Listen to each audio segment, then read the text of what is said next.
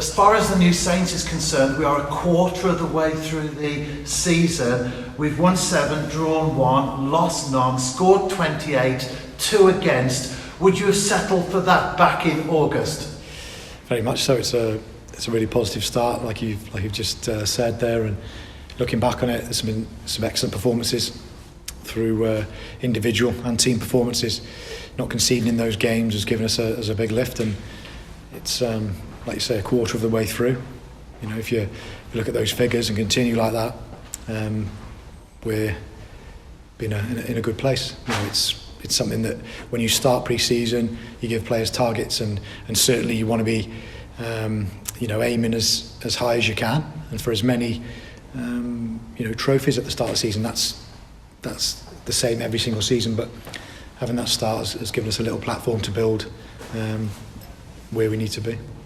And although there would have been a natural disappointment with the draw at Haverfordwest, you've had time now to reflect. How do you bring that in when you consider the big picture? Is it a case that come the end of the season, we won't win 32 games and we won't keep 32 clean sheets? Yeah, no one's going to win every single game of every single season. If you improve on last season and the season before, that's all I want. That's every single season I'm here, I just want to improve on everything we do. So, the start has been an improvement, vast improvement on last season's start. So it gives you confidence, it gives the players confidence. They go onto the pitch thinking, we're doing okay at the moment, and we don't let them sit back and relax for any game. Like I've always said, the analysis on the opposition and the structure of our build up to games has always been important. So long may that continue. But you have to reflect and look at Friday night. Could we have won the game at the end? Yes, we could, because Lewis had that header and it's hit the post. I think the ball's come back to Ryan. He's had a shot that probably should have done better with. But you've got to look on the flip side as well. There were a good number of players out of that starting team from maybe the first game for Europe, probably 5 or 6 of them actually. So that just shows that the squad we have in depth and the players we have to call on are doing very well also. Prior to the season starting, you made 3 signings, external ones. A lot of the spotlight, of course, is on Louis Robles with his goals and Leo Smith with his midfield engine that keeps battling away. But Ryan Astl's quietly plodding there in the back 4. How do you feel that he was missed on Friday at Haverfordwest? Yeah, you could say so, because the result shows that, really.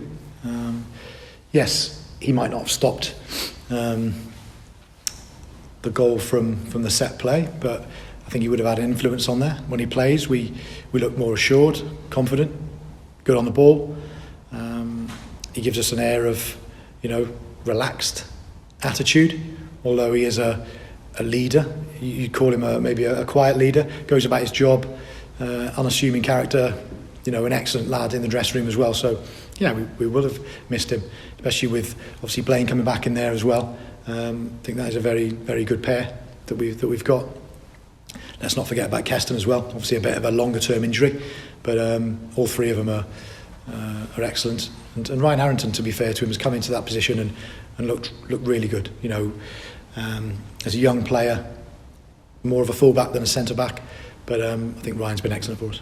And the Welsh Government has announced a fire break that kicks in this Friday. Some teams in the top flight are not playing for the next 3 weeks. However, we've been able to work it out that we've still got 2 games out of that period. Are you happy with that? Yeah, I don't need a break. We've had too much of a break in lockdown, so for me, the more games you can play, the better.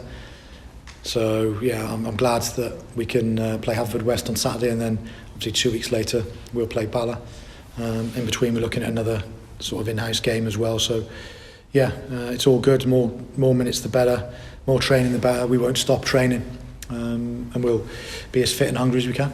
And our opponent, Haverfordwest County, they've got 9 points from 8 games. They've done well against some established sides from the top flight, and I think it's true to say that a quarter of the way in for them, or just over, that they're not here just to make up the numbers either. Yeah, Looked at their games yesterday. They drew at Carnarvon, obviously, at home last week. They beat Bala 2-1 away.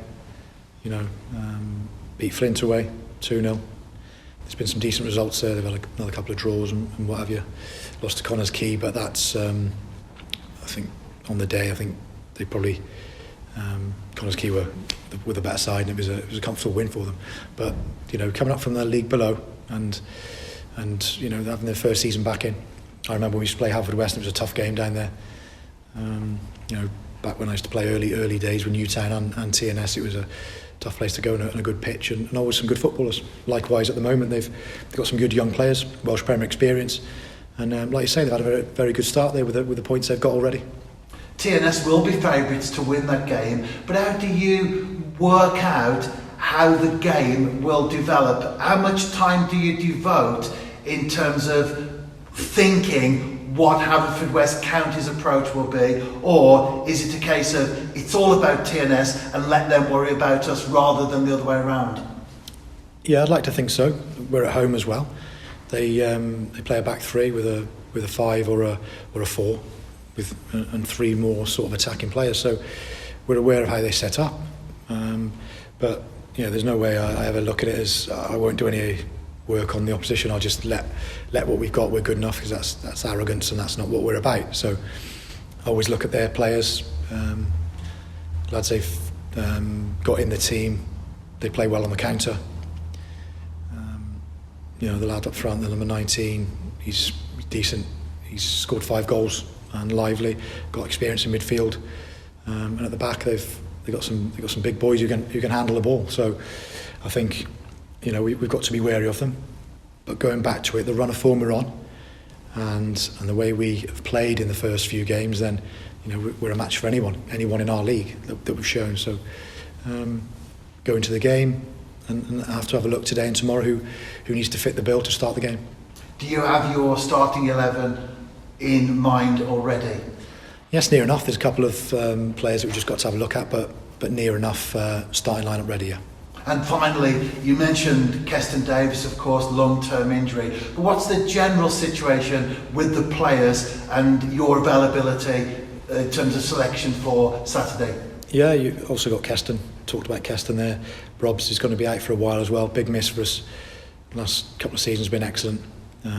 You've got Danny, who had an injury to his shoulder against Connors Quay that he gave a foul away against, by the way. That is, I've talked about that previously. I don't want to go into that one. And then we've got Keston.